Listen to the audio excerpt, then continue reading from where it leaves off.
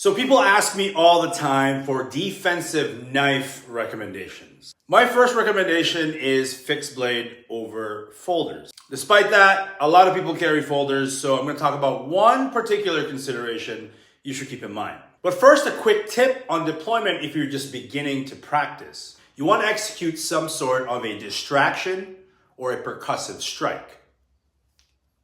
Something like that. Nice and simple for now. Now, while you should be dynamic at the beginning stages, it's okay to be static. So we're going to execute a push followed by a consistent index of wherever you're going to carry that knife.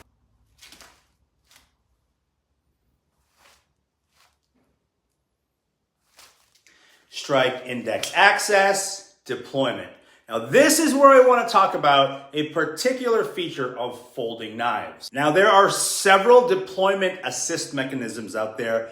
The Emerson Wave, the Brand Frank Ramp, tons of features that help you deploy the knife once you've accessed it, right? All sorts of thumb flicks, all sorts of different options. The thing is, all of them require some kind of fine motor movements. And on top of that, most knives don't have an open assist upon access.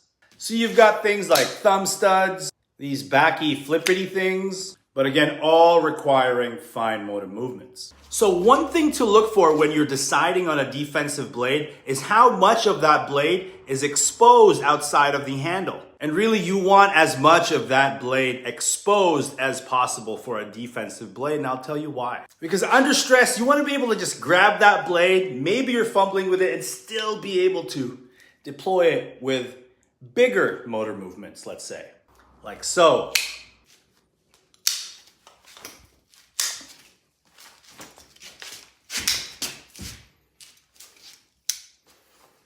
Oscar-worthy performance, by the way.